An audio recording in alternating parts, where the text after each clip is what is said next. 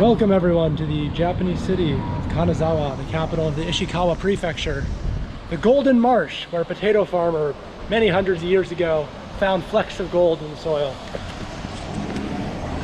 A much smaller town than Tokyo, but hopefully lots to discover. I'm joined as always by Hannah, who I usually don't introduce in these videos, but she's around a lot, so gotta have her say hello. So yeah, join us, Kanazawa. In the Edo period, Kanazawa was one of the most important cities in Japan. It's home of one of the major ruling clans, the Maeda. Now, today, it's a much smaller destination, in large part because the train didn't run there until very recently, until about 2015. However, it's since become kind of a tourist attraction because it escaped a lot of the Allied bombing during World War II. So a lot of what we're going to see today is really from the Edo period. Though the castle up ahead was reconstructed more recently.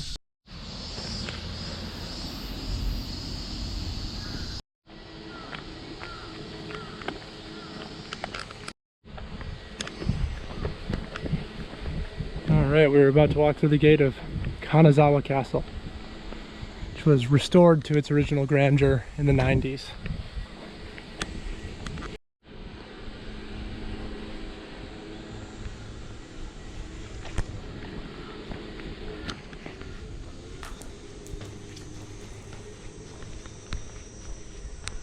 It was from this castle in Kanazawa that the powerful Maeda clan ruled over all of Kanazawa during the Edo period. Now, the Maedas were one of the most powerful families or clans during the Japanese shogunate. As a result, we were able to build this beautiful castle.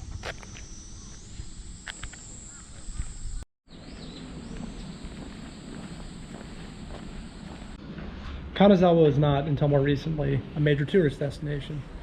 Because the Shinkansen train that we took yesterday to get here wasn't in operation until around 2015. Since then, because of all the grandeur here, it's become a major tourist spot as people head out into other parts of Japan aside from Kyoto and Tokyo. So there are 3 gates into Kanazawa Castle. This one is Ishikawa Gate. There are the 3 imperial gates. They're designated heritage. It is a heritage site, I guess. Heritage item. Well, this street used to be a moat protecting Kanazawa Castle. Now it's a road.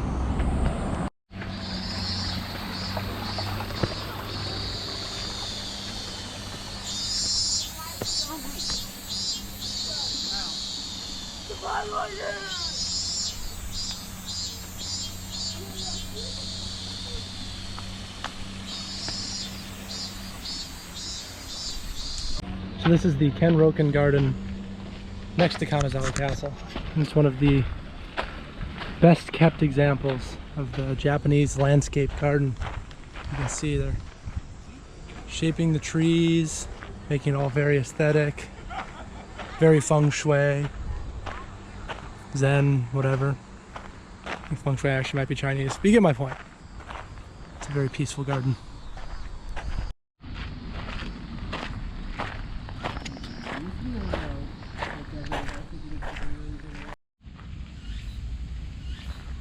So this villa was built in the 1600s during the Edo period,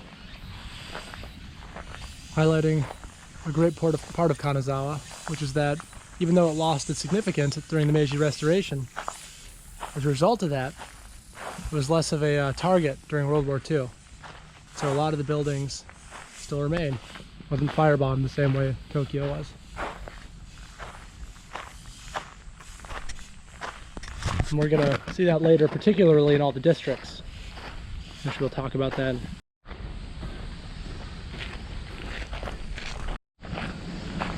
And no Japanese Zen garden would be complete without a beautiful wooden tea house, which appears to be closed today. It's open. Or maybe it's open. We don't know. We're at the traditional tea house. I'm about to get a tea ceremony.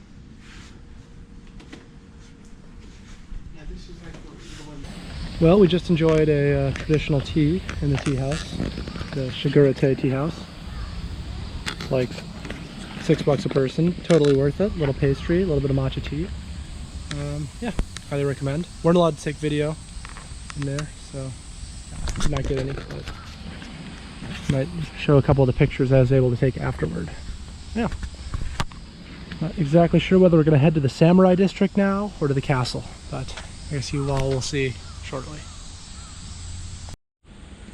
Alright, I think it's our first shrine, Kanazawa, our billionth shrine overall.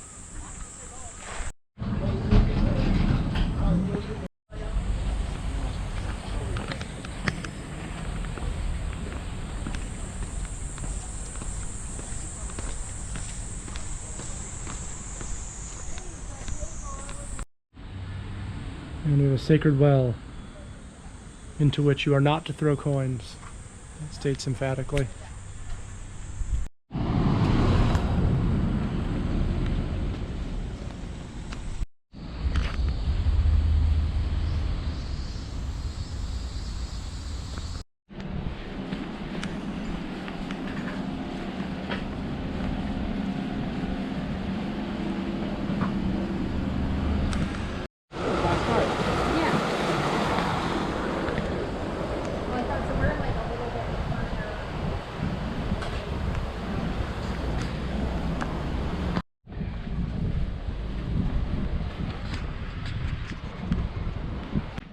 We are now in the very well preserved Namaguchi Samurai District. So, ancient Japan, of course, was a caste system, samurai at the top, peasants sort of in the middle, and then merchants and artisans at the bottom. They didn't consider working for money to be a very noble profession. And here, in Kanazawa, you can still see that caste system preserved, the different districts preserved. Because as I mentioned earlier, the Allies did not bomb Kanazawa. So, a lot of the original architecture, including the districts, remain.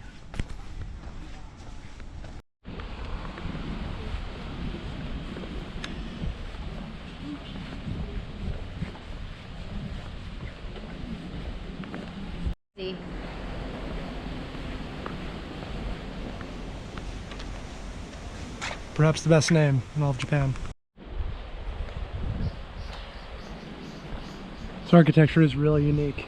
Now I'm assuming that many of these houses in the Namaguchi district are not actually from the samurai samurai era, but are just built to look like the same style.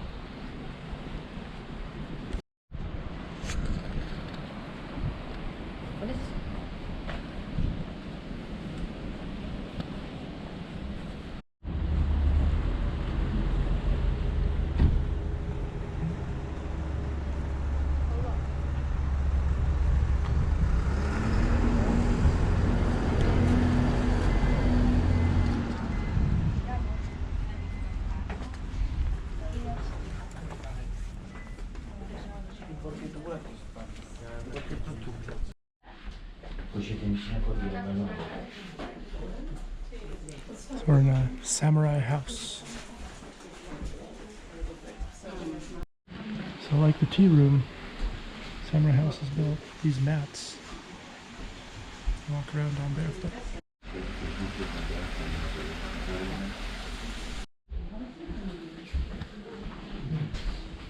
Interesting thing about these houses is how integrated they are into the nature around them.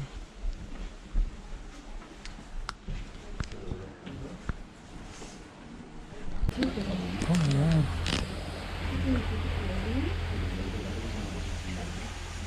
Some big koi.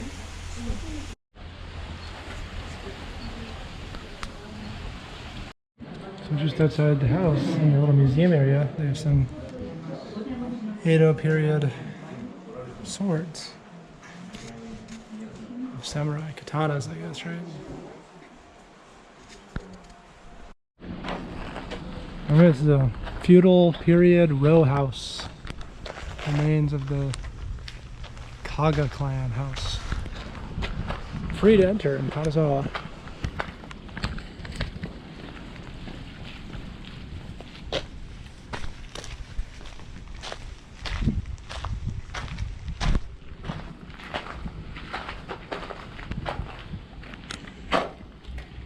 These are for the The servants of the samurai.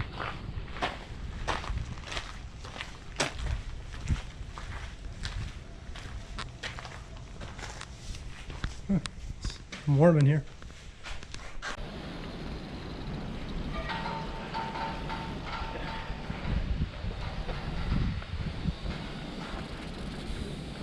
That's how I make good. My underlings. I was the company commander or something.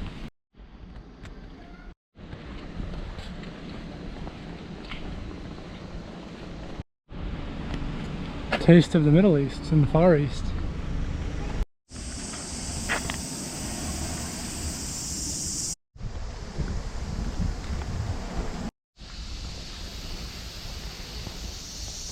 Former Honda family residence. Wow.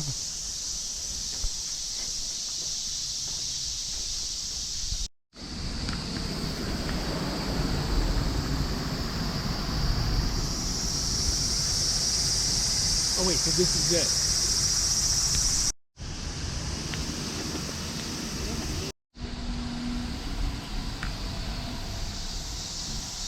This museum is dedicated to a famous Zen philosopher.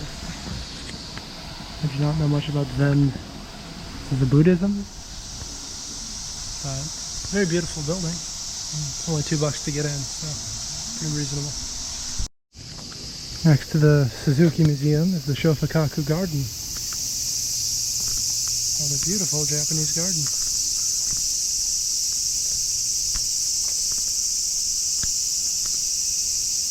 I'm just told that this is a 200-year-old samurai garden. Proving once and for all, if you're going to be a Japanese person in the Edo period, you wanted to be a samurai.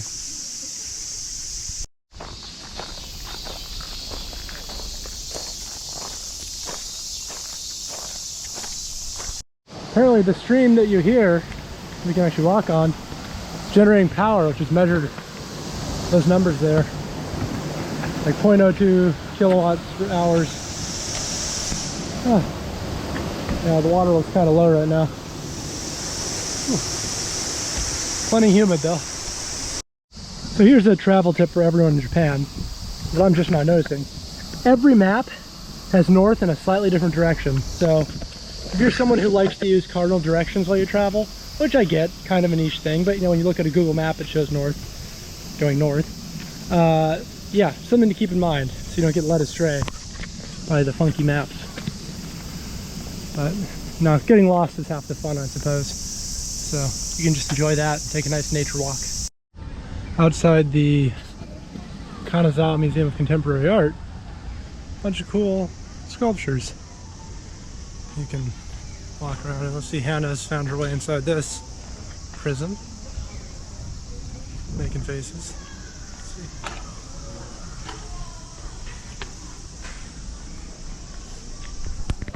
Yeah, fun. I agree. Very cool.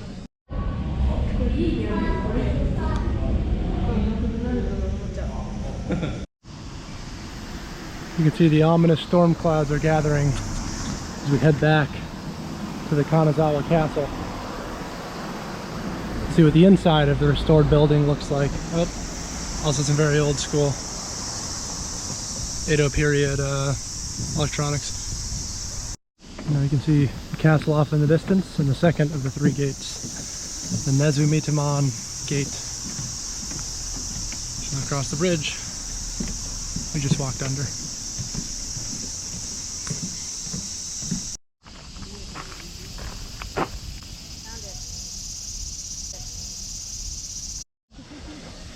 After a climb up a hill, we've reached the castle.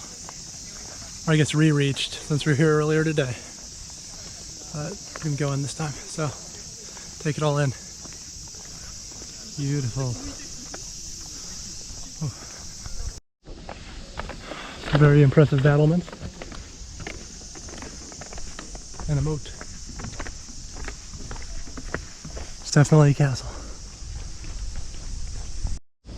Truly immense fortifications here.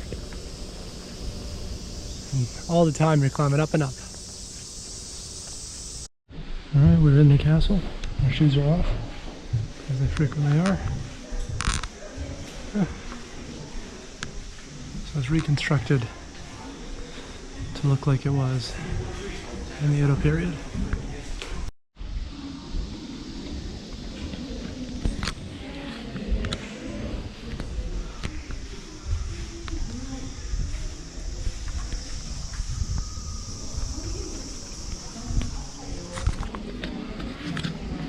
Something to keep in mind. There's no AC in this building. So if you're here, you're gonna be sweating. So, it appears outside the castle, they're doing like an archaeological dig. You can see some people out there working. Yeah, so maybe that'll be the next part of this castle when they continue to expand.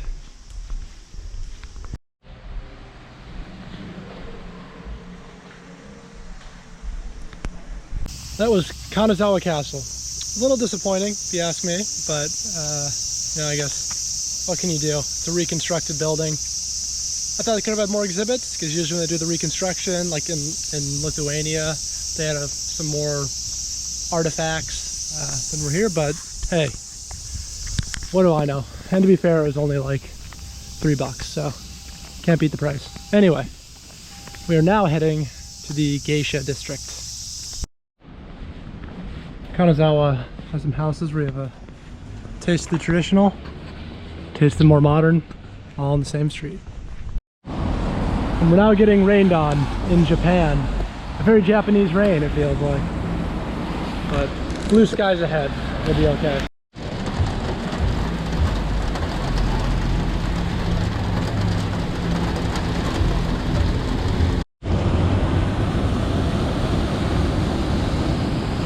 Alright, as you'll recall, the districts here survived, and Kanazawa survived. We're now in the geisha district, where the entertainers of old lived. As you can see, it's still pouring rain, which is not great, but what can you do? That's life when you're traveling. So, gonna go to a coffee house here, be entertained. Yeah.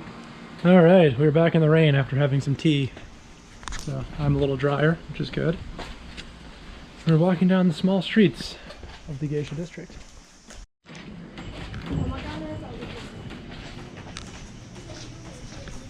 Aside from the cars, feels like you're back in the Edo period in Japan, I would say. And aside from that building, blotted out. Now that the rain has cleared, the streets are really coming alive in the geisha district. Oh.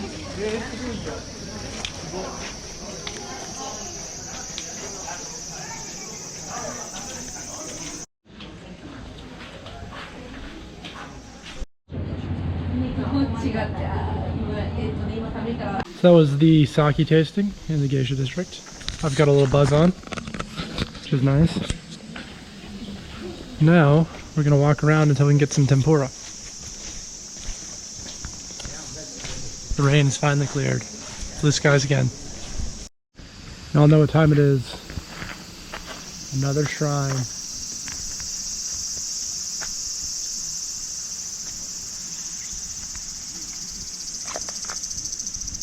Okay, I don't want to touch it. Where are you going? Yeah. Coffee shop. Oh. Open coffee shop. Oh. What we thought was another run-of-the-mill shrine. It's actually a temple. Does not look like it's open to the public. Took another little climb Good view. up this neighborhood.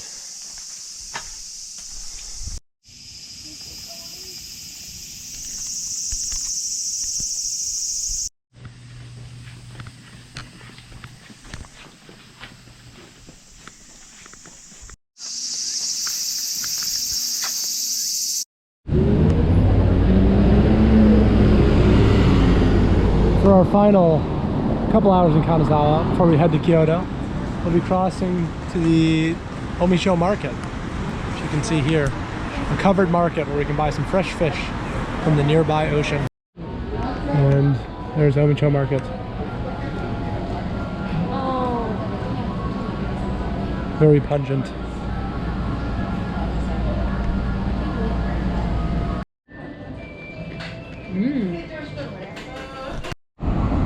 And last but not least, across the way is the monolithic Kanazawa train station, which I will quickly shoot from and then wrap this video up.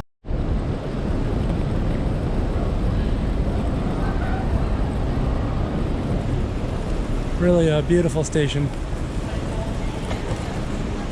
Inside less so, but the outside, wow. Alright, that's going to do it here from Kanazawa, Japan. I guess I'll see you on the next one, which will either be Tokyo or Kyoto, depending on which video I end up editing first. See you then.